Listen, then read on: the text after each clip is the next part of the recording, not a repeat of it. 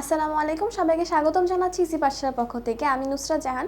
SSC biology series chapter 2 আমরা করছিলাম, সেটারই আজকে পরের পার্ট। চলো ক্লাসটা করি।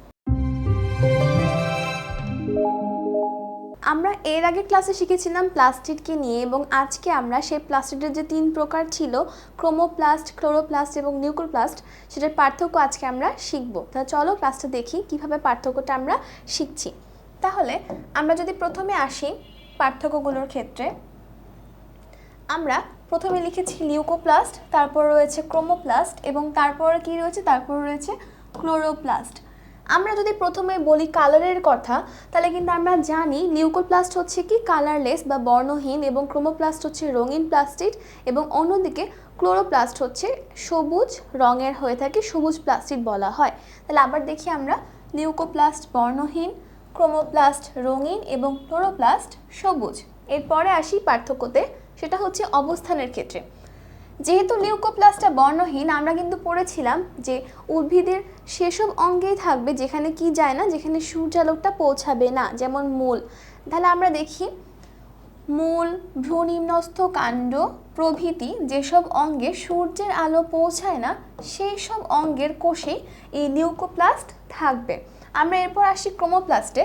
উদ্ভিদের যেসব অঙ্গ বর্ণময় হয়, অর্থাৎ কেমন, ফুলের পাপড়ি, রঙিন ফুল, আবার রঙিন পাতা হয়ে থাকে, সেই ক্ষেত্রে আমরা কোথায় পাচ্ছি, রঙিন ফল ও বীজ, গাজরের মূল যেটা বেশি ইম্পর্ট্যান্ট, ইত্যাদিতে ক্রোমোপ্লাস্ট থাকে। গাজরের মূল নিয়ে কিন্তু কোশ্চেন থাকে যে গাজরের মূলে কোন প্লাস্টিক থাকে। ওকে, এবার আমরা আসি ক্লোরোপ্লাস্টে। ক্লোরোপ্লাস্ট ছিল সবুজ, তাই এদেরকে উদ্ভিদের সবুজ অঙ্গ যেমন কি পাতা, ফুলের সবুজ বৃতি, কচি কাণ্ডে ক্লোরোপ্লাস্ট পাওয়া যাবে। তাহলে আমরা অবস্থান এবং কালারের ভিত্তিতে পার্থক্যটা ক্লিয়ার হয়ে গেলাম। আমরা এরপর আসি যে কোন প্লাস্টিডে কোন পিগমেন্ট থাকবে। প্রথমে যদি লিউকোপ্লাস্ট আসে, এটাতে কিন্তু কোনো ধরনের পিগমেন্ট থাকবে না, কারণ এটা কি, এটা কালারলেস। এবং এরপর যদি আমরা বলি ক্রোমোপ্লাস্টকে নিয়ে, তাহলে কি হবে, দেখা যাবে এটা কালারফুল হয় এবং এখানে অনেক ধরনের পিগমেন্ট থাকে, যেমন কি জ্যান্থোফিল, ক্যারোটিন, ফাইকোএরিথ্রিন এবং ফাইকোসায়ানিন। আমরা সেগুলো এখানে লিখে দিব যে ক্যারোটিন, জ্যান্থোফিল ইত্যাদি পিগমেন্ট থাকে, আমরা প্লাস লিখে রাখবো ফাইকোএরিথ্রিন, ফাইকোসায়ানিন। আমরা কিন্তু বইয়ে পড়ার সময় এগুলো পড়েছিলাম। ওকে, আমরা আসি ক্লোরোপ্লাস্টে। এতে ক্লোরোফিল নামক সবুজ পিগমেন্ট বা রঞ্জক পদার্থ থাকে, যার কারণে এটা কি কালার হয়, সবুজ কালারের হয়।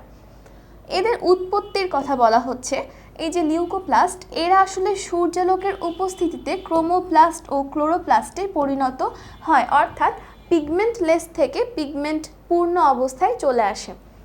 আমরা আসি ক্রোমোপ্লাস্টে। যদি সূর্যালোকের উপস্থিতিতে এটা আসে ক্লোরোপ্লাস্ট, তবে এটা ক্রোমোপ্লাস্টে পরিণত হবে, অর্থাৎ ক্লোরোপ্লাস্টে সূর্যের আলো পড়লো, এটার ইফেক্টে কি হলো, সেটা ক্রোমোপ্লাস্টে বা রঙিন প্লাস্টিডে রূপান্তরিত হয়ে গেল।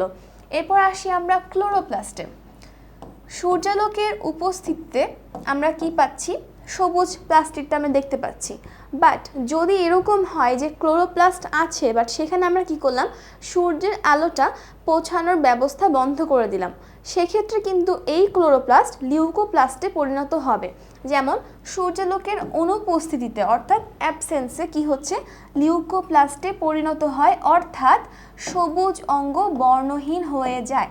ঠিক এই এক্সপেরিমেন্টটা আমাদের ছোটোবেলায় শেখা, ওই সেই ঘাসের উপর ইট দেওয়ার মতো, যে ঘাসের উপর আমরা যদি এক জায়গায় ইট দিই, সেখানে কি হবে, সেখানে সূর্যের আলো পৌঁছাবে না, এবং কিছু সময় বা কিছুদিন পর আমরা দেখতে পারবো ইটটা উঠিয়ে যে ওই স্থানের ঘাসটা কালারলেস হয়ে গিয়েছে, কারণ সেখানে সূর্যের আলো পৌঁছায়নি, এবং ক্লোরোপ্লাস্টটা কিসে পরিণত হয়েছে, লিউকোপ্লাস্টে।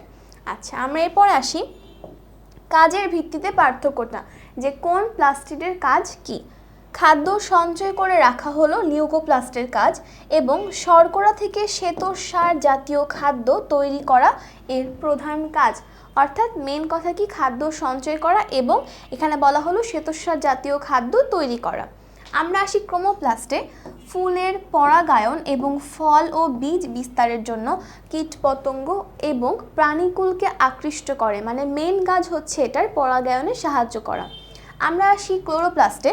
এটা হচ্ছে সালোক সংশ্লেষণ প্রক্রিয়ার মাধ্যমে শর্করা জাতীয় খাদ্য প্রস্তুত করা এর প্রধান কাজ। তাহলে আজকের ক্লাসে কিন্তু আমরা শিখলাম এই যে আমরা প্লাস্টিড শিখেছিলাম তার 3টা প্রকারভেদের পার্থক্য, যেটা দেখা যায় একটা গতে আসতেই পারে যে 3 রকম প্লাস্টিডের পার্থক্য নিম্নে বর্ণনা করো। আমরা যদি টোটাল এরকম 5টা করে পার্থক্য উল্লেখ করতে পারি তাহলে ভরসা করা যায় যে ইনশাল্লাহ আমরা সেখানে 3-এ 3 ক্যারি করতে পারবো। তাহলে আজ এখানেই শেষ করছি। আসসালামু আলাইকুম, ধন্যবাদ সবাইকে।